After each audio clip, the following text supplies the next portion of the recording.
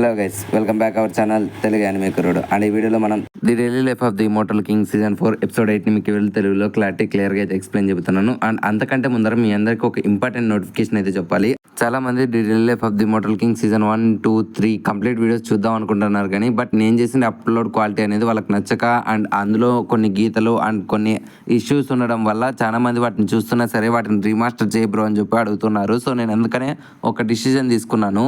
ప్రీవియస్గా complete anime explanation అదే detail life of the immortal king season 1, season 2 అయితే Zoom చేసి చూసుకోండి అని చెప్పి చిన్నగా అయితే ఎడిట్ చేసి పెట్టా కదా. సో దాన్ని డిలీట్ చేసేసి ఒక complete new kind of experience remastered video కింద చేద్దాం అనుకుంటున్నాను. సో ఆ వీడియోస్ అప్లోడ్ చేయాలా వద్దా మీరే తప్పకుండా కామెంట్ సెక్షన్లో చెప్పండి.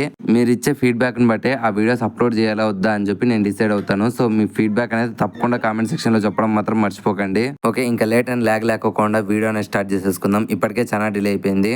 ఈ ఎపిసోడ్ స్టార్టింగ్ లో మనకి షాంఘైలో ఉండే నైట్ మార్కెట్ అయితే చూపిస్తారు. నైట్ మార్కెట్ అంటే నథింగ్ బట్స్ బ్లాక్ మార్కెట్ అనమాట. సో అక్కడ మనకి ఆ 4 ఎంబ్లమ్స్ లో మిగిలిండే ఆ ఒక్కరిని చూపిస్తారు. వాడు మన క్విన్జిన్ గాని యొక్క హెడ్ సోల్ని అయితే తీసుకొని ఒక బ్లాక్ మార్కెట్లో అయితే నడుచుకుంటూ వెళ్తూ ఉంటాడు. అండ్ అప్పుడే ఆ క్విన్జిన్ గారు కూడా థ్యాంక్ యూ మామ, నువ్వు నన్ను ఆ షాంఘై ఫ్రాక్షన్ 60 దగ్గర అయితే నా స్పిరిట్ కోర్ని అయితే నువ్వు కనిపెట్టి ఇప్పుడు నన్ను ఇలా లీఫుల్గా ఇక్కడ తీసుకొని వస్తున్నందుకు నాకు ఎంతో సంతోషంగా ఉంది. అండ్ ఈ బ్లాక్ మార్కెట్ చూసి చాలా నాళ్ళు అయింది అనడంతో అప్పుడే మన మిగిలిండే 4 ఎంబ్లమ్స్లో ఒకటి కూడా ఓకే మామ, నేను నాకు సక్సెస్ఫుల్గా మన రివెంజ్ కంప్లీట్ చేసిన తర్వాత నేను ఖచ్చితంగా నా స్పిరిచువల్ లోటస్ పవర్ని అయితే ఉపయోగించి నీ బాడీని అయితే రిటర్న్ బ్యాక్ చేస్తాను. అండ్ నీదే కాకుండా మన ఇద్దరు ఫ్రెండ్స్ కూడా ఖచ్చితంగా నేను రిటర్న్ చేస్తాను. ఇదే నా మాటనే శాసనం అంటాడు. అండ్ అప్పుడే ఆ క్విన్జిన్ గారు కూడా ఓకే వచ్చేసాం ఇదే ఆ లొకేషన్ అనడంతో వెంటనే వాడు కూడా అవునా నీకు కన్ఫామ్ గా తెలుసా అనడంతో అప్పుడే క్విన్జిన్ గారు కూడా అవును, మన మాస్టర్ ఏకాంతంలోకి వెళ్ళడానికంటే ముందు నాకు ఈ లొకేషన్ గురించి చెప్పాడు. అండ్ ఇక్కడ నువ్వు డోర్ కొట్టిన వెంటనే మన యొక్క ఓల్డ్ ఫ్రెండ్ వస్తాడు అనడంతో అప్పుడే ఇంకా వీడు కూడా డోర్ కొడతాడు. అండ్ అప్పుడే ఆ డోర్ ఓపెన్ చేసుకొని ఒక ముసలోడు అయితే వీళ్ళిద్దరిని చూసి వీళ్ళిద్దరి చేతులకైతే ఒక పాకెట్ అయితే ఇస్తాడు. అండ్ అప్పుడే వాడైతే ఆ పాకెట్ లోపల ఓపెన్ చేసి చూస్తే అదొక legendary blue colour golden ball అనమాట. ఇంకా దాన్ని చూసిన వెంటనే ఓకే ఇదే మన హోప్ అని చెప్పి వెంటనే మనోడు అక్కడ నుంచి వెళ్తూ ఉంటాడు. అండ్ దీన్ని వెనకాల నుంచి గమనించిన మన వాంగ్లింగ్ కూడా వీని మాదిరే కొంచెం ట్రై చేద్దామని చెప్పి ఆ డోర్ కొడితే ఆ ముసలోడు అయితే డోర్ తెరుస్తాడు. అండ్ వెంటనే మన వాంగ్లింగ్ అని చూసి వీనికి ఏందో వాంగ్లింగ్ అని గురించి పూర్తి వివరాలు తెలిసిన మాదిరి వెంటనే ఉండి ఇస్తానని చెప్పి మన వాంగ్లింగ్ అయితే కుర్కురే ప్యాకెట్ ఇస్తాడు. ఇంకా దాన్ని చూసిన వాంగ్లింగ్ కూడా ఓ షేట్ నా ప్లాన్ ఫెయిల్ అయింది అనుకుంటాడు.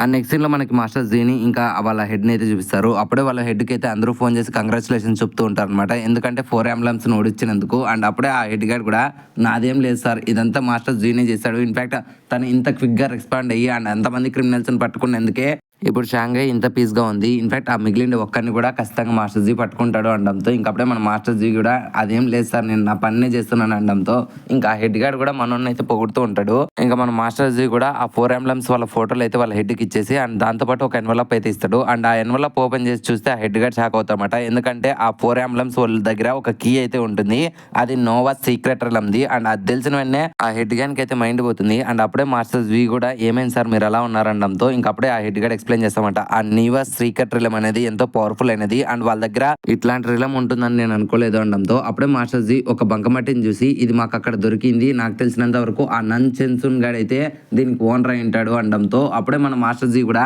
దీన్ని కానీ మనం ట్రై చేసామంటే ఇది ఒక బొమ్మలాగా అవుతుంది అనడంతో ఇంకా దాన్ని చూసి ఆ హెడ్ గార్డ్ అయితే అవును నాకు దీని గురించి పూర్తిగా తెలుసు, ఇన్ఫాక్ట్ వీటిని పార్టీ ఫిగర్స్ అంటాడు. అండ్ దాంతోపాటు ఇవన్నీ కూడా సెమీ ఫినిష్డ్ ప్రాజెక్ట్స్ అనమాట. ఇవి ఏన్షియంట్ కాలం నాటి పపెట్ మాస్టర్స్. సో ఎవరైతే వీటిని కంట్రోల్ చేస్తారో ఈ పపెట్స్ అన్ని కూడా వాళ్ళ కోసం అయితే పనిచేస్తూ ఉంటాయి. ఇన్ఫాక్ట్ ఇది ఒక లెజెండరీ ఆర్మీ అండ్ దీన్ని ఉపయోగించుకునే ఆ 4 ఎంబ్లమ్స్ వాళ్ళు ఫైట్ కి అయితే దిగుతారు. నాకు తెలిసినంత వరకు మనం వాళ్ళని గెలవనీయకూడదు. అండ్ ఇప్పుడే మన యొక్క అలయన్స్ ఫామ్ అయితే చేయి అందరికీ ఈ విషయం గురించి చెప్పు, మనకి ఎంతో సపోర్ట్ కావాలి అనడంతో ఇంక వెంటనే మాస్టర్ జీ కూడా ఒక మీటింగ్ అయితే పెడతాడు. అండ్ అప్పుడే ఆ మీటింగ్ లో మనకి master Pan madam and professor Wang sir and ఆ ముసిల్ సెయింట్ అందరూ కూడా మాట్లాడుతూ ఉంటారు.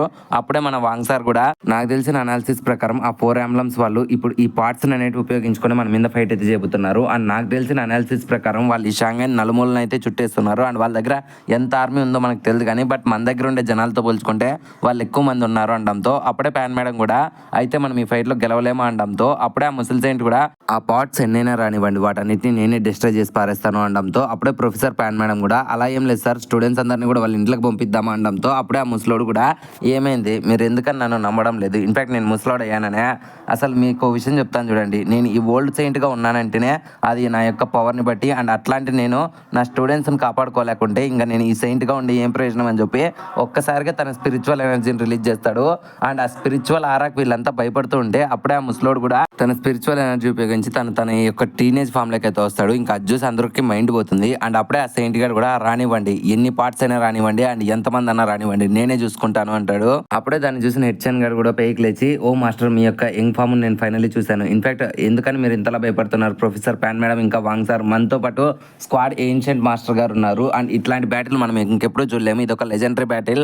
అండ్ మన దగ్గర కూడా ఒక సైన్యం ఉంది. అండ్ ఆ సైన్యం ఎవరో కాదు, మన స్టూడెంట్సే. వాళ్ళ యొక్క పవర్ అనేది ఉపయోగించుకొని మనం ఒక సైడ్ నుంచి డిఫెన్స్ చేద్దాం అండ్ ఇంకొక సైడ్ నుంచి సెయింట్ మాస్టర్ గారు అయితే అటాక్ చేస్తారు. ఖచ్చితంగా ఈ బ్యాటిల్ లో మనమే గెలుస్తామని చెప్పి మోటివేషన్ ఇస్తాడు. అండ్ నెక్స్ట్ సీన్ అనేది మనకి వాంగ్లింగ్ ఒక క్లాస్ లోకి అయితే షిఫ్ట్ అవుతుంది. అప్పుడే ప్రొఫెసర్ పాన్ మేడం కూడా ఈ రోజు మార్నింగ్ మాకు 4 ఎంబ్లమ్స్ ఫ్రాక్షన్ దగ్గర నుంచి అయితే ఒక ఛాలెంజింగ్ ఆర్డర్ దొరికింది. అండ్ వాళ్ళు మన మీద అయితే ఒక వార్ని డిక్లేర్ చేశారు. అండ్ ఆ వార్ అనేది ఈ రోజు జరగబోతుంది. సో నేను అందుకని మీ అందరికీ కూడా ఒక ఇంపార్టెంట్ నోటిఫికేషన్ అయితే చెప్పబోతున్నాను, జాగ్రత్తగా వినండి అని చెప్పి ప్రొఫెసర్ పాన్ మేడం అయితే చెప్తూ ఉంటుంది. బట్ స్టూడెంట్స్ అంతా కూడా ఎంతో వరీ అవుతుంటారు. వార్ ఎందుకు జరుగుతుంది, అసలు ఎందుకని జరుగుతుంది అని చెప్పి ఆలోచిస్తూ ఉంటారు. అప్పుడే గోవా గైడ్ కూడా యాక్చువల్గా ఇట్లా డిక్లరేషన్ వార్ అనేది రెండింటి మధ్య జరుగుతుంది అండ్ వాళ్ళ పోటీ అనేది వాళ్ళ యొక్క లెవెల్స్ని బట్టి జరుగుతుంది అని చెప్పి ఆలోచిస్తూ ఉంటే అప్పుడే మన యొక్క లిన్ పాప్ కూడా అట్లయితే ఆ 4 ఎంబ్లమ్స్ వాళ్ళ పవర్ ఎట్లాంటిది అండ్ ఏ లెవెల్లో ఉంటారనడంతో అప్పుడే మన వాంగ్లింగ్ కూడా వాళ్ళు స్కై లెవెల్ ఫ్రాక్షన్ వాళ్ళు అనడంతో ఇంకా అప్పుడే లిన్ పాప్కి మైండ్ పోయి ఏంటి ఇప్పుడు మనం అట్లాంటి వాళ్ళతో ఫైట్ చేస్తామా అని చెప్పి భయపడుతూ ఉంటుంది. అప్పుడే వాంగ్లింగ్ తాకి తన స్క్వాడ్ వచ్చి, ఏంటి మాస్టర్ మీరు కూడా వాళ్ళని పెద్దవాళ్ళు అనుకుంటున్నారా అనడంతో నేనేం అనుకోలేదులే, జస్ట్ కామ్ గా ఉండు అంటాడు. అండ్ అప్పుడే ప్రొఫెసర్ పాన్ మేడం కూడా పాస్ట్ లో మనం ఇట్లాంటి సినారియోస్ ఎన్నో ఫేస్ చేసాం. ఇన్ఫాక్ట్ సీజన్ 1 లో అయితే ఆ షాడో ఫ్రాక్షన్ వాళ్ళది అండ్ సీజన్ 2 లో అయితే డీమన్స్ తో అయితే ఫైట్ చేసాం. బట్ మనం అన్ని ఫైట్స్ లో కూడా గెలుచుకుంటూ వచ్చాము అండ్ ఇప్పుడు కూడా గెలుస్తాము. అందుకోసమే మీ యొక్క ట్రైనింగ్ అనేది మేము పెంచుతున్నాము అండ్ ప్రతి ఒక్కరు ట్రైన్ అవ్వండి అండ్ ప్రతి ఒక్కరు జరగబోయే ఫైటింగ్ లో అందరూ కూడా మనకు హెల్ప్ చేస్తారు అండ్ ప్రతి ఒక్కరు కూడా కలిసికట్టుగా పోరాడి ఖచ్చితంగా గెలుద్దామని చెప్పి పెద్ద మోటివేషన్ ఇస్తుంది. అండ్ ఎండులో అయితే ఎప్పుడైతే మనం గెలుస్తామో ఆ తర్వాత నుంచి క్లాసెస్ అయితే రెగ్యులర్ గా జరుగుతాయి అంటుంది. అండ్ అప్పటి వరకు ఆ మోటివేషన్ వల్ల మోటివేట్ అయ్యే స్టూడెంట్స్ కూడా ఒక్క సెకండ్ క్లాసెస్ జరుగుతాయి అనడంతో అందరికి మైండ్ పోయి చావు తప్పినా సరే ఈ క్లాసెస్ తప్పవా అని చెప్పి అందరూ బాధపడుతూ ఉంటారు. అండ్ నెక్స్ట్ సీన్ లో మళ్ళీ మనకి ఆ ఆలెస్ 4 ఎంబ్లమ్ గారిని అయితే చూపిస్తారు. వాడు ఎడార్లో అయితే నడుచుకుంటూ వెళ్తూ ఉంటాడు క్విన్జిన్ గారిని తీసుకొని వెళ్ళి. అండ్ ఎడార్లోకి వెళ్ళిన తర్వాత ఇంకా అక్కడే ఆ పోట్రీ అన్నిటిని కూడా సమన్ చేస్తాడు. అండ్ ఒక్కసారిగా ఆ పోట్రీ యొక్క సైన్యాన్ని చూసిన క్విన్జిన్ గారు షాక్ అవుతారు అనమాట. ఏంట్రా మన దగ్గర ఇంతమంది ఉన్నారా, అసలు నేను ఊహించుకోలేదు మన దగ్గర ఇంతమంది ఉన్నారు అనుకోవడంతో ఇంకా అప్పుడే ఆ ఆలెస్ గారు కూడా నవ్వుకుంటా, అవును మామ, అండ్ ఇప్పుడు ఆ షాంఘైన్ అంతా కూడా రెడ్ అలర్ట్ లో పెట్టారు కదా, మనం యుద్ధానికి వెళ్తున్నామని చెప్పి వాళ్ళకి తెలిసి వాళ్ళు అలర్ట్ గా ఉన్నారు. బట్ మన దగ్గర ఉండే సైన్యంతో పోల్చుకుంటే ఆ షాంఘైలో ఉండే వాళ్ళు ఏ పక్కకు కూడా సరిపోరు. లిటరలీ మన పార్ట్స్ 10 మంది ఉంటే వాళ్ళకు జస్ట్ ఒక మనిషి ఉన్నాడు అంతే. అండ్ ఈ ఫైట్ లో వాళ్ళు గెలుస్తారనేది జస్ట్ వాళ్ళకి ఒక డ్రీమ్ లాంటిదే అని చెప్పి వెంటనే అక్కడ ఉండే పార్ట్స్ అన్నిటికీ కూడా వాళ్ళ మాదిరి బ్యాక్ సైడ్ కోట్లేసి వాళ్ళ చేతుల్లో అయితే ఒక వెపన్ మాదిరి పెడతారనమాట. అండ్ ఆ వెపన్ నుంచి బ్లాస్ట్లు వస్తుంటాయి. ఇంకా ఆ బ్లాస్ట్ చూసిన క్విన్జిన్ గాడు అండ్ ఆలెస్ గాడు ఇద్దరు కూడా ఈ ఫైట్ లో మనమే గెలిచబోతున్నాం అండ్ ఆ షాంఘైలో మళ్ళీ 4 ఎంబ్లమ్స్ యొక్క జెండాను అయితే పాతబోతున్నాం అని చెప్పి నవ్వుకుంటూ ఉంటారు. అండ్ నెక్స్ట్ సీన్ లో మనకి స్పేస్ లో ఉండే ఇన్ఫైనైట్ ఫ్రాక్షన్ అయితే చూపిస్తారనమాట. అండ్ అక్కడ ఉండే జనాలంతా కూడా, సార్ మేము డెజర్ట్ నుంచి ఆ పార్ట్స్ యొక్క మూమెంట్ అయితే గమనించాము అండ్ అవన్నీ కూడా మన ఫ్రాక్షన్ 65 వస్తున్నాయి అనడంతో ఇంకా అప్పుడే మాస్టర్ జీ కూడా ఓకే ఆ ఈవిల్ ఫోర్స్ ఎంత ఉండే అండ్ ఎంతమంది అన్నారు అనలే.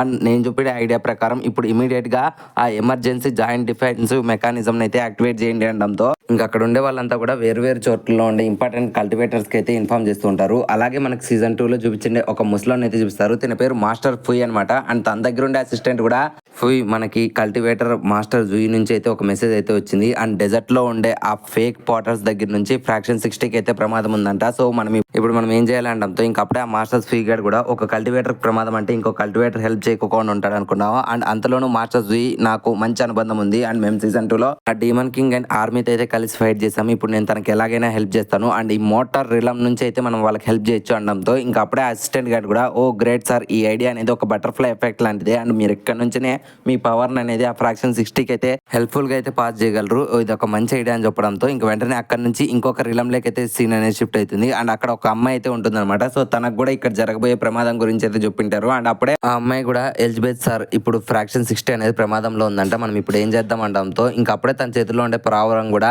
నాకు మాస్టర్ జీ ఒకప్పుడు మంచి ఫ్రెండ్ లాంటాడు, ఇప్పుడు అట్లాంటి తన ఫ్రాక్షన్ 60 ప్రమాదంలో ఉందంటే నేను ఖచ్చితంగా తనకి హెల్ప్ చేస్తానని చెప్తాడు. అప్పుడే ఆ అమ్మాయి కూడా వెంటనే క్యూమీ ఫ్యామిలీ వాళ్ళకైతే కాంటాక్ట్ అవుతుంది. అండ్ అప్పుడే క్యూమీ పాప కూడా నాకు ఫ్రాక్షన్ 60 అంటే నచ్చదు, బట్ ఇప్పుడు జరగబోయే ఈ వార్లో నేను ఖచ్చితంగా వాళ్ళకి హెల్ప్ చేస్తాను అనడంతో ఇంకా అప్పుడే ఆ పావురం కూడా నువ్వే హెల్ప్ చేసేటట్లుంటే నేను మాత్రం ఇంటికి హెల్ప్ చేయకుండా ఉంటాను, ఇన్ఫాక్ట్ నా దగ్గర ఉండే ఒక బెస్ట్ మ్యూజిషియన్ ఇప్పుడే వాళ్ళకి హెల్ప్ఫుల్ గా పంపిస్తాను అంటాడు. అండ్ ఇంకొక సీన్ లో అయితే మనకి లార్డ్ థండర్ యొక్క మీటింగ్ హాల్ అయితే చూస్తారు. అక్కడే లార్డ్ థండర్ అయితే ఆ పాటర్స్ గురించి అందరికి ఎక్స్ప్లెయిన్ చేస్తూ ఉంటారు. అండ్ ఆ పాటర్స్ అంతా కూడా ఫ్రాక్షన్ 60కి అయితే వస్తున్నాయి. అండ్ వాటి మోటివ్ షాంఘైని అయితే డిస్ట్రాయ్ చేయడం అనడంతో అక్కడే మనకి లార్డ్ థండర్ తో పాటు మీ ఇండియా స్కూల్స్ లైక్ ఫ్రాక్షన్ 60 లాగానే ఫ్రాక్షన్ 59 అని చెప్పి సీజన్ 1 లో ఒక స్కూల్ ని ఇంట్రడ్యూస్ చేశారు కదా. అండ్ ఆ స్కూల్ ప్రిన్సిపల్ అండ్ అట్లాంటి ఇంకొక స్కూల్ ప్రిన్సిపల్స్ అందరూ కూడా ఈ మీటింగ్ హాల్ లో ఉంటారు. అండ్ వీళ్ళందరూ కూడా మేము ఖచ్చితంగా ఫ్రాక్షన్ 60కి హెల్ప్ చేస్తాము, అండ్ ఈ వార్ లో ఖచ్చితంగా షాంఘై గెలిచేటట్లు మేము మీకు హెల్ప్ చేస్తామని చెప్తారు. దానికి ఆ లార్డ్ థండర్ కూడా ఏదేమైనా సరే ఈసారి ఆ ఈవిల్ ఫోర్స్ ఖచ్చితంగా మన చేతుల్లో ఓడిపోవాలి, సమస్య అంతా వచ్చినప్పుడు మనమంతా కలిసి ఉన్నామని చెప్పి దానికి తెలియాలి అని చెప్తాడు. అండ్ నెక్స్ట్ సీన్ లో మనకి వాంగ్లింగ్ యొక్క స్కూల్ అయితే చూపిస్తారు. అండ్ అక్కడే ఉండే ప్రొఫెసర్ వాంగ్ సార్ కూడా అక్కడ ఉండే స్టూడెంట్స్ అందరికీ కూడా మోటివేషన్ తో స్టూడెంట్స్ ఈ రోజు మనం ఒక బిగ్ బ్యాటిల్ అయితే ఎదుర్కోబోతున్నాం, అండ్ వేరియస్ చోట్ల దగ్గర నుంచి అయితే మనకైతే హెల్ప్ఫుల్ గా అయితే ఎంతో మంది హెల్ప్ చేస్తామని చెప్పి వస్తూ ఉన్నారు. అండ్ మనం కూడా మన దగ్గర ఉండే పవర్స్ అన్నిటిని కూడా ఇప్పుడు ఉపయోగిద్దాం, అండ్ వచ్చే ఎనిమీస్ కి మన దగ్గర ఉండే ఇమ్మోర్టల్ పాత్ అనేది లిమిట్సే లేవు, అండ్ మన పవర్ వచ్చి ఇమ్మోర్టాలిటీ అనేది నిరూపిద్దామని చెప్పి వెంటనే తన యొక్క స్పిరిచువల్ ఎనర్జీ ఉపయోగించి ఒక షీల్డ్ అయితే రెడీ చేస్తూ ఉంటాడు. అండ్ అక్కడ ఉండే స్టూడెంట్స్ అంతా కూడా వాళ్ళ యొక్క స్పిరిచువల్ ఎనర్జీని ఉపయోగించుకొని అక్కడ ఒక పెద్ద షీల్డ్ అయితే రెడీ చేస్తూ ఉంటారు. అండ్ అందరు స్టూడెంట్స్ లాగానే మన వాంగ్లింగ్ కూడా అయితే అక్కడ ఒక స్పిరిచువల్ షీల్డ్ అనేది రెడీ చేయడానికి అయితే తన స్పిరిచువల్ ఎనర్జీ ఉపయోగిస్తాడు. అండ్ టైం చూసి అందరూ కూడా మోటివేషన్ లో ఫుల్ పవర్ఫుల్ గా కాన్సన్ట్రేషన్ చేస్తూ ఉండడంతో ఇంకా అప్పుడే మన వాంగ్లింగ్ అయితే గ్రేట్ ఇన్విజిబిలిటీ అని చెప్పి ఒక టెక్నిక్ అనేది ఉపయోగించి వెంటనే మాస్టర్ జీ యొక్క స్టాచ్యూ వెనక్కి అయితే టెలిపోర్ట్ అయిపోతాడు. అప్పుడే వాంగ్లింగ్ తాకి తన స్క్వాడ్ వచ్చి మాస్టర్ మీరు చెప్పినట్లు అంతా చేశాను, ఇన్ఫాక్ట్ ఆ కాంబాట్ పాటర్స్ ఈ ఫ్రాక్షన్ 60ని అరౌండ్ గా అయితే కమ్మేశాయి, ఇప్పుడు సరౌండింగ్స్ వేలో ఒకటేసారి అవి కాంబాట్ అయితే చేయబోతున్నాయి, మీకు భయంగా లేదనడంతో అప్పుడే వాంగ్లింగ్ కూడా భయం నా బయోడేటాలో లేదు అని చెప్తాడు. అండ్ ఈ గ్యాప్ లోనే ఆ పాటర్స్ అన్ని కూడా ఒకటేసారి భూమి నుంచి ఆకాశంలోకి వెళ్ళి అండ్ వీళ్ళు క్రియేట్ చేసిండే ఆ గ్రేట్ షీల్డ్ అనేది డిస్ట్రాయ్ చేయడం కోసం అయితే మల్టిపుల్ టైమ్స్ అయితే బ్లాస్ట్ చేస్తూ ఉంటారు. అండ్ ఆ పాటర్స్ చేసే ఎఫెక్ట్ కి అండ్ ఆ బాంబ్స్ వల్ల అయితే లిటరలీ చాలా మంది స్టూడెంట్స్ ఆ షీల్డ్ ని క్రియేట్ చేస్తూ ఉంటారు కదా, సో వాళ్ళకైతే స్ప్రో గోల్పై కింద పడిపోతూ ఉంటారు. అప్పుడే మన సూరంగ్ కూడా కింద పడిపోతూ ఉండడంతో అప్పుడే లిన్ పాప ఏమేం సూరంగ్ అంతా ఓకేనా అనడంతో అప్పుడే సూరంగ్ కూడా లేదు నా స్పిరిచువల్ ఎనర్జీ అంతా అయిపోతుంది, ఇన్ఫాక్ట్ అవి అంత పవర్ఫుల్ గా ఉంటాయి అనుకోవడం లేదు అనడంతో అప్పుడే లిన్ పాప కూడా ఖచ్చితంగా వాటిని వాంగ్లింగ్ చూసుకుంటానని చెప్పి మాట ఇచ్చాడు కదా తనని నమ్ము అనడంతో ఇంకా అప్పుడే ఒక్కసారిగా మన సూరంగ్ వెనకలైతే ఒక నల్ల షాడో వస్తుంది. ఇంకా దాన్ని చూసి లిన్ పాప దయ్యాలు వచ్చేసాయి అని అరచడంతో అప్పుడే సూరంగ్ ఇంకా లిన్ పాప దయ్యాలా అని చెప్పి షాక్ అవుతారు. కానీ అప్పుడే ఒక నీడలో నుంచి అయితే మన ఫ్రాగీ డాగ్ ఇంకా తన యొక్క సీజన్ 3లో ఏవేవైతే జంతువులన్నీ కూడా వేరే యొక్క యూనివర్స్ కి టెలిపోర్ట్ అయ్యాయో ఆ జంతువులన్నీ కూడా వచ్చి ఫ్రాక్షన్ 60 వాళ్ళకైతే హెల్ప్ చేస్తాయి, ఆ షీల్డ్ అనేది ఇంకా పవర్ఫుల్ గా రెడీ చేస్తూ ఉంటాయి. అప్పుడే సూరంగ్ పాప కూడా ఫ్రాగీ డాగ్ ని అసలు ఫ్రాగీ డాగ్ నువ్వు ఎందుకని మాకు హెల్ప్ చేస్తున్నావు అనడంతో అప్పుడే ఫ్రాగీ డాగ్ కూడా నవ్వుకుంటా నాలో ఉండే ఈవిల్నెస్ అంతా కూడా పోగొట్టిండేది ఈ ఫ్రాక్షన్ 60ని, అండ్ ఇట్లాంటి ఫ్రాక్షన్ 60ని ఏదన్నా డిస్ట్రాయ్ చేస్తానని వస్తే నేను కామ్గా ఎందుకుంటాను, అండ్ నా ఫ్రెండ్స్ అంతా కూడా నాకు హెల్ప్ చేయడం కోసం వచ్చారు, మనం అందరం కలిసి ఆ ఈవిల్ ఫోర్స్ ని అయితే డిస్ట్రాయ్ చేసి పారదొబ్బుదామని చెప్పి ఫ్రాగీ డాగ్ అయితే అంటుంది.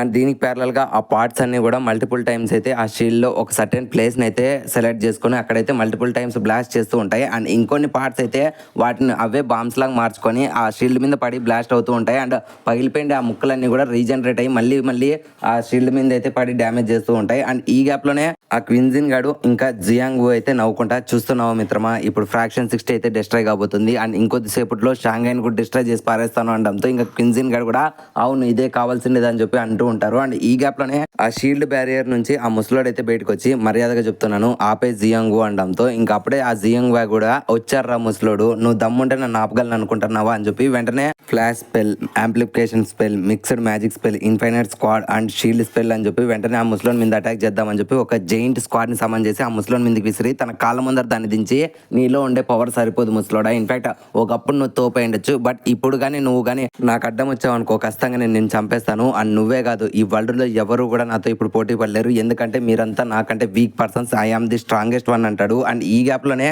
మన వాంగ్లింగ్ స్క్వాడ్ కూడా ఓకే మాస్టర్ టైం వచ్చింది ఇంకా మీరు రంగంలోకి దిగుతారా అనడంతో ఇంకప్పుడే మన వాంగ్లింగ్ కూడా ఓకే ఇదంతా నేను చూసుకుంటానని చెప్పి తన స్పిరిచువల్ ఎనర్జీ ఉపయోగించి గ్రేట్ డిస్ఆర్మమెంట్ అంటాడు. దెబ్బకి అక్కడ అయితే ఒక పెద్ద ఆరెంజ్ కలర్ బీప్ అయితే వస్తుంది. అండ్ దాన్ని గమనించిండే ఆ ముసలోడు కూడా ఏంటి ది వే ఆఫ్ హెవెన్ అనుకుంటాడు. అండ్ వెంటనే మన వాంగ్లింగ్ వదిలిండే ఆ బీప్స్ అన్నిటికీ కూడా అక్కడ ఉండే కాంబాట్ పార్ట్స్ అన్ని కూడా డిస్ట్రాయ్ అయిపోతూ ఉంటాయి. ఇంకా దాన్ని చూసిన క్విన్జర్ గాడు కూడా లేదు వీల్లేదని చెప్పి గట్టిగా అరుస్తాడు. అండ్ మిగిలిండే ఆ జియోంగ్ వూ గాడి యొక్క 1000 స్పాట్స్ కూడా డిస్ట్రాయ్ అయిపోతాయి. అండ్ తను క్రియేట్ చేసుకోండి ఆ మ్యాజిక్ స్పెల్ కూడా బ్యారియర్ అంతా కూడా డిస్ట్రాయ్ అయిపోయి తన చెవుల్లో అండ్ ముక్కుల్లో నుంచి బ్లడ్ వచ్చి తన స్ప్రో కోల్పోయి భూమి మీద అయితే కింద పడిపోతాడు. అండ్ అక్కడికే ప్రొఫెసర్ వాంగ్ సార్ పరిగెత్తుకుంటూ వచ్చి ఓ జైంట్ మాస్టర్ మీరు సాధించేశారు అండ్ మీరు అన్నట్లుగానే ఈ జియోంగ్ వూ గాడిని అయితే డిస్ట్రాయ్ చేశారు అండ్ ఇప్పుడు మీరు ఈ షాంఘైని అయితే కాపాడారు, మన ఫ్రాక్షన్ 16 కాపాడారు అని చెప్పి తనని పొగుడుతూ ఉంటాడు. బట్ మన ముసలోనికి తెలుసు ఇదంతా చేసిండే తను కాదు అండ్ తను ఎవరి గురించి అయితే యాంటిసిపేట్ చేశాడో తనే ఇదంతా చేశాడని చెప్పి తనకు తెలుసు. అండ్ ఈ సీన్తో ఈ ఎపిసోడ్ అనేది ఎండ్ అయిపోయింది ఫ్రెండ్స్. అండ్ నేను మీ అందరికీ కూడా ఈ సీజన్ 4 స్టార్టింగ్లోనే 4 అంబులెన్స్ యొక్క పేర్లు తెలిస్తే తప్పకుండా కామెంట్ సెక్షన్లో చెప్పండి అని చెప్పి ఒక క్వశ్చన్ ఇస్తే చాలా మంది అసలు మాకు తెలియదు అండ్ వాళ్ళకి పేర్లు లేవన్నారు. కానీ వాళ్ళ పేర్లు చెప్తాను, రాసి పెట్టుకోండి. ఫస్ట్ వన్ పేరు జియాంగ్ వూ అండ్ తన తర్వాత ఉండే వన్ పేరు క్విన్జిన్ వూ అండ్ థర్డ్ వన్ పేరు వచ్చి జూయిజెన్ అనమాట. అండ్ ఫోర్త్ గా పేరు వచ్చి జియోన్ జూ అనమాట. అండ్ వీళ్ళే ఆ 4 అంబులెన్స్.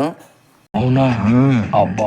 ఐ హోప్ ఈ వీడియో మీకు నచ్చిందని అనుకుంటున్నాను. సో ఈ వీడియో మీకు ఎలా అనిపించింది, నచ్చితే ఒక లైక్ అనేది వేసుకోండి అండ్ నచ్చకుండా డిస్లైక్ అనేది వేసుకోండి. అండ్ ఈ వీడియో మీకు ఎలా అనిపించిందో తప్పకుండా కామెంట్ సెక్షన్లో మాతో షేర్ చేసుకోండి. అండ్ కామెంట్ సెక్షన్లో మీరు షేర్ చేసుకోండి. ప్రతి ఒక్క కామెంటు మాకు ఒక ఫీడ్బ్యాక్ అనేది ఇస్తుంది అనమాట. సో డెఫినెట్లీ కామెంట్ చేయడం మర్చిపోకండి. అండ్ ఇప్పటి వరకు మీరు మన ఛానల్ని కంటెంట్ని చూసి మరీ సబ్స్క్రైబ్ చేసుకోకుంటే ఇంకెందుకు వెయిట్ చేస్తున్నారు, ఇప్పుడే మన ఛానల్ సబ్స్క్రైబ్ చేసుకోండి అండ్ గంట సింబల్ని యాక్టివేట్ చేసుకోండి. మళ్ళీ నెక్స్ట్ ఇంకొక యానిమే ఎక్స్ప్లెనేషన్తో మీ ముందుకు వచ్చేస్తాము. Love you, me Telugu anime కుర్రోడు.